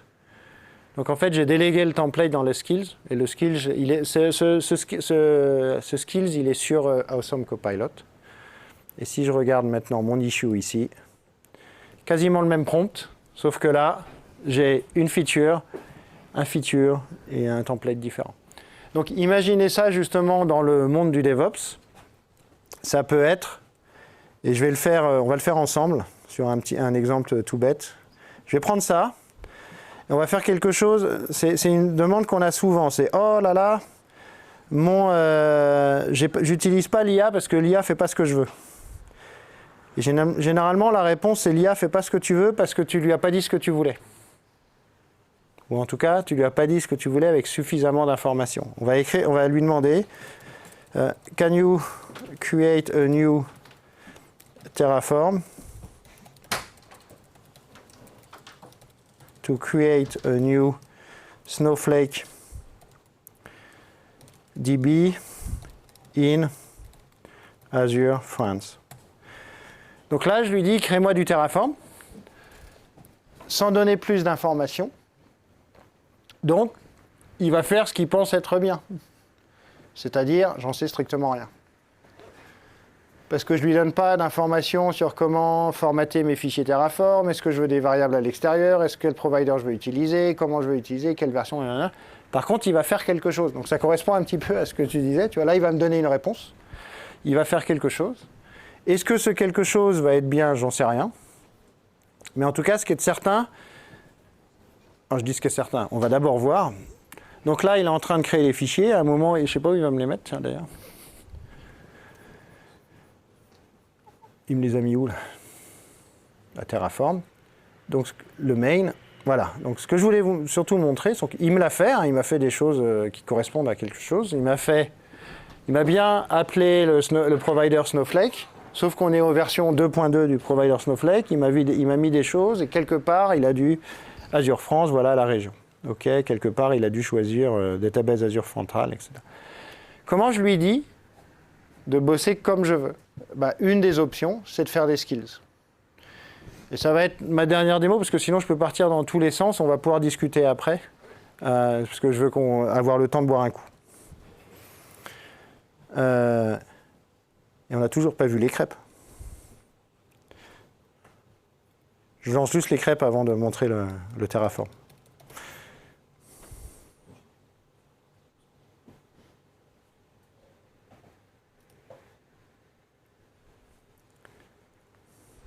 Sachant que, souvenez-vous, j'étais parti d'un truc très très basique.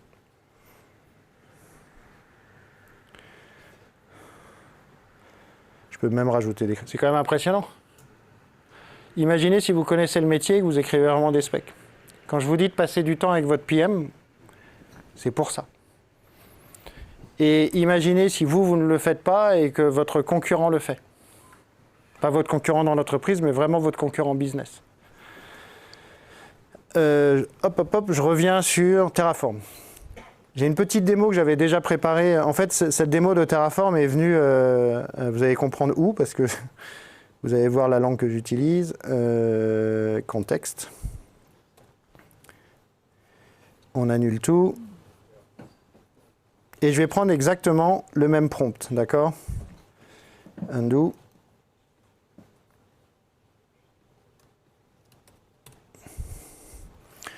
Je ferme tout, d'accord? Je ne sais plus où est mon prompt, donc je vais essayer de le retrouver. Non, ah, ça c'est la conversion voilà, c'est là. Donc je prends exactement le même prompt, d'accord? Copier. Coller. Coller. Ah, zut. Coller. Qu'est-ce que j'ai collé? Je sais pas. Ah, il est temps qu'on s'arrête, hein, parce que j'arrive même pas à faire un copier-coller, donc c'est la catastrophe. Hop, voilà. Doucement, pas trop vite, pas trop vite, pas trop vite. Je l'ai fermé, zut. Donc, il n'y a pas de Terraform ici, il y a une skills, mais je démarre. Hop, je prends ça. Non. Putain, mais c'est pas possible. Désolé. Hein? Pomme C. Ouais, mais pomme C, c'est ce que je fais. Alors.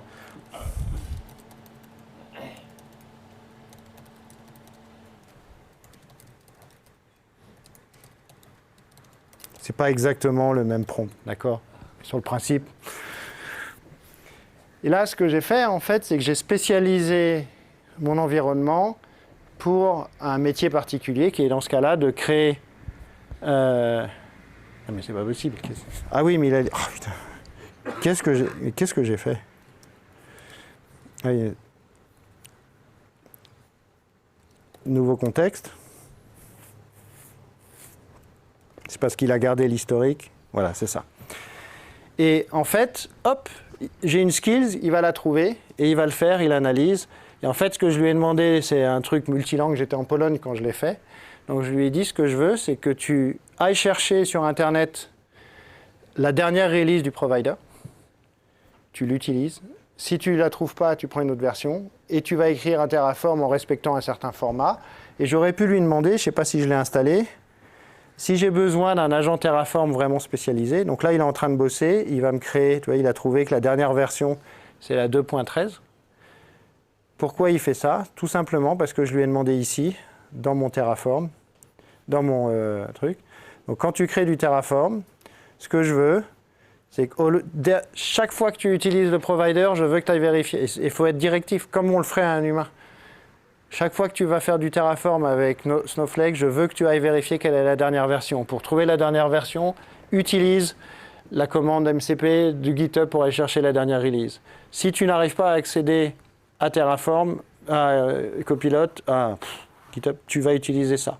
Et après, je lui avais dit, ça c'était plus pour le fun de la démo, tu fous tout en commentaire et tu rajoutes des commentaires en espagnol et en portugais et en français. Si on regarde ici, il a bien pris cette partie-là. Donc en fait, Copilot et les IA en général vont faire ce que vous leur demandez à partir du moment où vous êtes capable de passer du temps sur le côté configuration. Moi, le seul moment où j'écris du code maintenant, c'est pour écrire toutes ces instructions. Et on en est à tel point, dernier petit point, c'est que moi je travaille avec mon épouse qui apprend à coder sur mon application. Bah en fait, elle m'a fait une pull request où comme j'ai mis toutes les instructions qui me permettent de coder, en fait, elle a pu rajouter, alors j'ai pas fait de capture d'écran, elle a rajouté toute la partie map sur la nouvelle partie sans avoir jamais travaillé avec une API. Après, à charge à moi de faire de la revue de code, donc j'ai déjà fait une partie de revue code avec Copilot. Là. Voilà. Des questions? Alors, vas-y. Excuse-moi.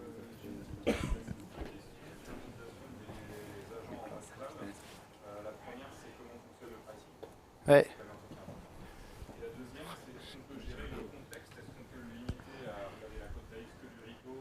Il regarde que la code base du repo. Sauf si tu lui dis explicitement avec le serveur MCP, va chercher à tel endroit. Mais lui n'ira pas. Donc ça, c'est pour la première question. Là, pour la deuxième question. La première question, elle est très simple. C'est que le système de pricing de GitHub, aujourd'hui, il est basé sur ce qu'on appelle des premium requests qui sont basés sur les modèles. Vous avez 300 requêtes par mois. On va retourner sur... et on va voir s'il a terminé la pull request ici. Et on va regarder combien ça coûte. Il n'a pas terminé encore. On va regarder celle qui était terminée. Hop.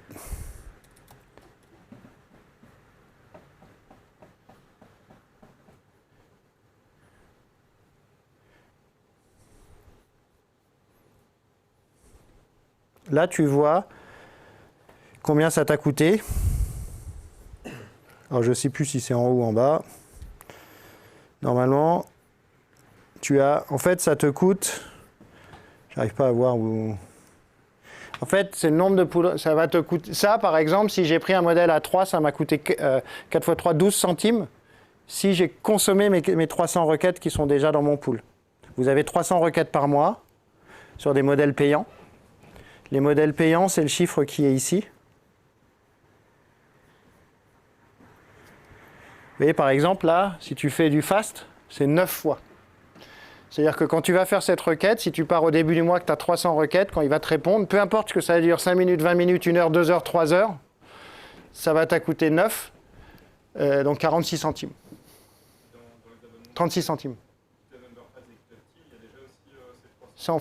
Dans les abonnements, pardon, c'est les abonnements copilote. Copilote Pro, c'est personnel, c'est 300 requêtes. Copilote Business, c'est 300 requêtes. Ça, c'est à 19 $ par mois. 1000 requêtes, c'est Copilote Entreprise, c'est 39 $. En fait, c'est le prix de 750 requêtes. Quand tu dépasses, soit tu es bloqué et tu peux utiliser que les modèles à 0. Tu n'es pas bloqué complètement, mais en fait, tu vas utiliser les modèles à 0. Soit tu payes, après, tu peux faire un petit budget pour ça. Qui fait du Cloud Code ici? Combien vous payez par mois? Hein? 100. Ok. On peut faire l'équivalent de... Là, quand je fais un CC usage, pour avoir le tarif, là, sur un mois de licence, je suis à quasiment 900. Ouais, voilà. En fait, ce qu'il faut se dire aujourd'hui, Copilot est beaucoup, beaucoup moins cher que le marché. Mais parce que c'est ce modèle qui est de pricing, en fait. Hein? Par rapport à 20 €, ouais. En fait, avec 20 €, si tu fais vraiment de l'agentique, avec 19 $, tu resteras pas à 19 $, tu iras au-dessus. Tu avais une question? Donc, pour le pricing, tu suis tes premium requests. Et c'est bloqué si tu es arrivé. Logiquement, si tu bosses bien, si tu es efficace, tu devrais consommer tes 300 requêtes malgré tout assez rapidement. Mais tu vas dire, c'est pas grave, parce qu'en fait, ça va me faire gagner du temps, donc tu vas augmenter ton budget. Il faut savoir si l'outil Copilot permet d'interagir avec un LSP. Oui. Ouais, en fait, tu as le... Ouais. Et aussi avec le ACP, le Agent Context Protocol, alors ce qui est fait, ouais. Tu peux te connecter sur le LSP. Ouais. Ouais.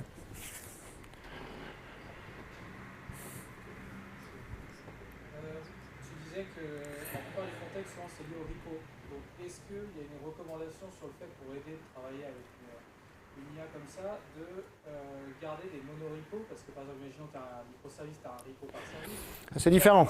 Parler tout simplement du front vers le back, correspond tes DTO du front au back. Bah, regarde. Tu as des façons particulières de travailler pour faciliter ça. Moi, la façon dont je travaille sur mon projet, j'ai du Next qui est dans un repo, j'ai du Quarkus qui est dans du back. Bah, du back qui est dans un autre repo.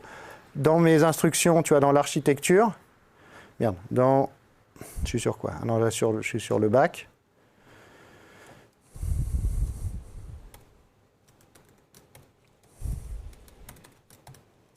Voilà. Hop.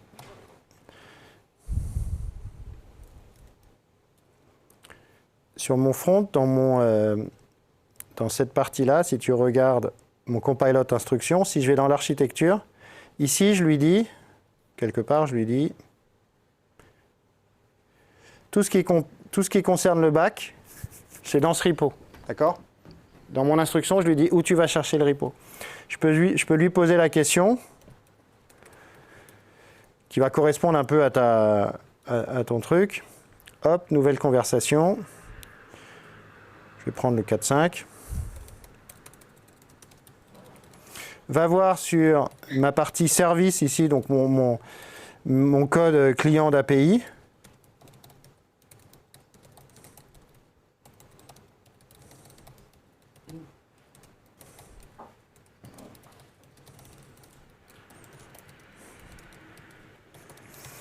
Et là, en fait, il va pas avoir un contexte réel de tout le code du back-end.